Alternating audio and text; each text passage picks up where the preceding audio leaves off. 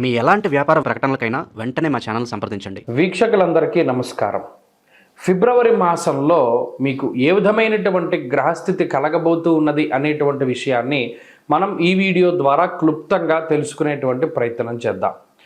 జనవరి నెలలో సంక్రమించినట్టే ఫిబ్రవరి మాసంలో కూడా పంచగ్రహ కూటమి, షడ్గ్రహ కూటమి సంభవించడానికి కూడా అవకాశం ఉన్నది. అయితే ఈసారి మకరంలో కాకుండా కుంభరాశి యందు ఈ పంచగ్రహ కూటములు ఇవన్నీ కూడా ఏర్పడబోతూ ఉన్నాయి.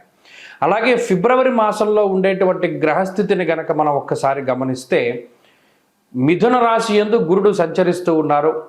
అలాగే సింహరాశి యందు కేతువు యొక్క సంక్రమణం జరుగుతూ ఉన్నది, కేతువు సంచరిస్తూ ఉన్నారు. అలాగే కుంభరాశి యందు రాహువు ఉన్నారు, మీనరాశి యందు శనైశ్వరుడు. ఈ 4 గ్రహాలు అలా స్థానంలో ఉన్నాయి. అయితే 13వ తారీఖు వరకు రవి యొక్క సంచారము మకర రాశి యందు ఉంటుంది. 13వ తారీఖు తదుపరి రవి యొక్క సంచారము కుంభరాశిలోకి వెళుతోంది. ఇది ఒక్క విషయాన్ని మనం పరిశీలన చేస్తే కుంభరాశిలో ఇప్పటికే రాహు యొక్క సంచారం ఉన్నది. ఈ 13వ తారీఖు దాటాక రవి కూడా కుంభరాశిలోకి ప్రవేశం చేయబోతూ ఉన్నారు. రవి రాహువులు కలిసి ఉండడం వల్ల అది పితృదోష కారకంగా మనం చెప్పుకోవచ్చును. జనరల్గా అయితే రవి రాహువు కలిసినప్పుడు సూర్యగ్రహణాదులు ఇవన్నీ ఏర్పడుతూ ఉంటాయి. అయితే ఈసారి మన భారతదేశంలో ఏ గ్రహణాలు కూడా ఇప్పుడు కనబడడం లేదు. కాబట్టి గ్రహణ సంబంధమైన విషయాలపై మనం భయపడవలసినటువంటి అవసరం లేదు. కానీ ఇక్కడ రవి రాహువులు కలిసి ఉంటే పితృదోషము వస్తుంది. ఈ 13వ తారీఖు తదుపరి ఫిబ్రవరి మాసంలో ఎవరైతే జన్మించబోతూ ఉన్నారో ఆ శిశువుల పైన ప్రభావం పడుతుంది. అందువల్ల ఎవరైనా ఫిబ్రవరి మాసంలో ఏదైనా సిజేరియన్ ముహూర్తాలు వీటి గురించి అడిగేటువంటి వాళ్ళు చాలామంది ఉంటారు. వాళ్ళకి సూచనప్రాయంగా ఒక మాట ఏమిటి అంటే 13వ తారీఖు లోపులో వీలుంటే కొంచెం పరిస్థితులు అవి సానుకూలంగా ఉంటే ఈ సిజేరియన్ అవి కూడా ముహూర్తాలు మీరు చేసుకోవచ్చును.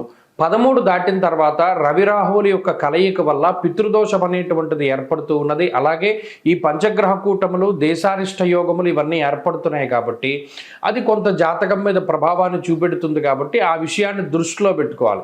మరీ కాంప్లికేట్ అయిపోతే మాత్రం అంటే ఈ లోపులోనే చేసేసుకోమని కాదు. ఏమన్నా అవకాశం ఉంటే మీకు అవకాశం ఉంటే 13 లోపులో ఈ సిజేరియన్లు ఇవన్నీ కూడా చేయించుకోవడం ద్వారా పితృదోషాదులు రాకుండా ఉంటాయి. ఇది ఒక ప్రధానమైన విషయం. ఇది మీ ఆరోగ్యాన్ని బట్టి ముందుకు వెళ్ళండి, దీంట్లో ఇబ్బంది ఏం లేదు. ఇంకొకటి ఏంటి అంటే శుక్రబుధులు కూడా కుంభరాశి అంతే సంచరించబోతూ ఉన్నారు. అంటే ఇక్కడ 4 గ్రహాలు, రాహుగ్రహము, రవిగ్రహము, శుక్రగ్రహము, బుధగ్రహము, వీటితోటి చంద్రుడు కలిసిన లేదా ఈ మాసం చివరిలోనే కుజుడు కూడా కుంభంలోకి వెళ్ళబోతూ ఉన్నారు.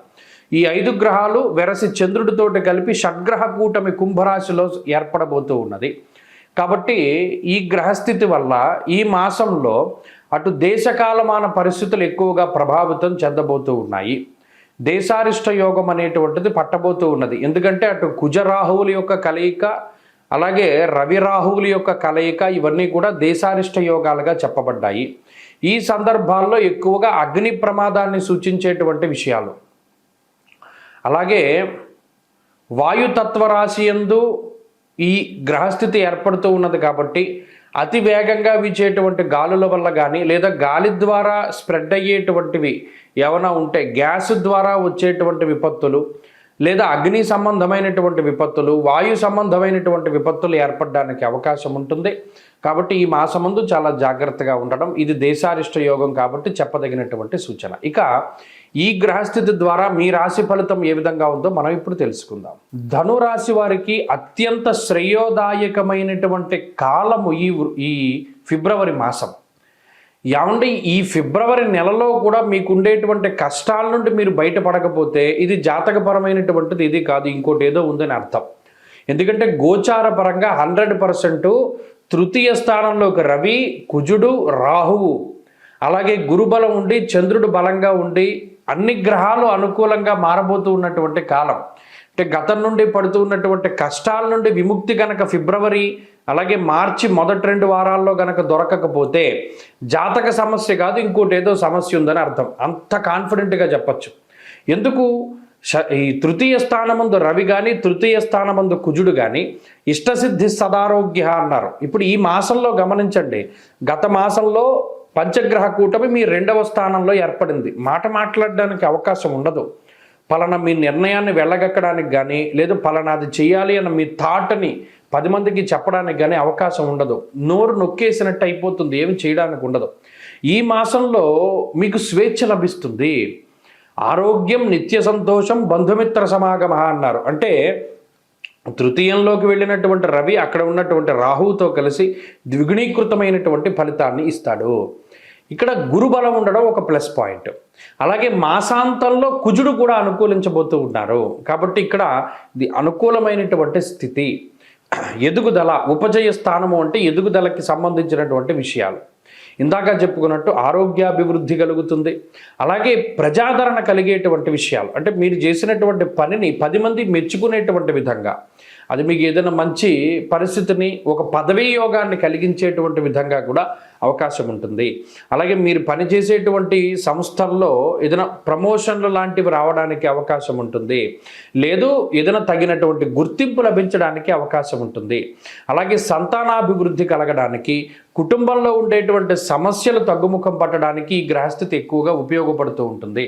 అంతేకాక ప్రత్యేకించి ఈ రాశి వారంలో ఆత్మస్థైర్యాన్ని పెంచేటువంటి విధంగా ఈ గ్రహస్థితి అవకాశాన్ని కల్పిస్తూ ఉంటుంది. తృతీయమందు ఉన్నటువంటి రవి మీలో ఉండేటువంటి ఆత్మస్థైర్యాన్ని పెంచుతారు.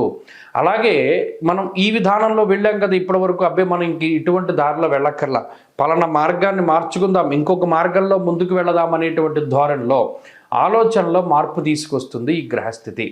అన్ని విధాలుగా కూడా, అంటే దేశాంతరవాసాన్ని చేయడానికి, అలాగే విద్యకి, ఉద్యోగానికి, వ్యాపారానికి, అలాగే ఒక పదవికి, అన్నిటికీ సహకరించేటువంటి స్థితి ఈ గ్రహస్థితి. అందుకనే అన్నాను ఈ వీడియో స్టార్టింగ్లో, ఈ నెలలో కూడా మీకు మంచి జరగకపోతే అది జాతకం ఫాల్ట్ కాదు. అంటే గోచారంలో అన్నీ అనుకూలంగా ఉన్నాయి, జాతకంలో ఏదో ఫాల్ట్ ఉంది.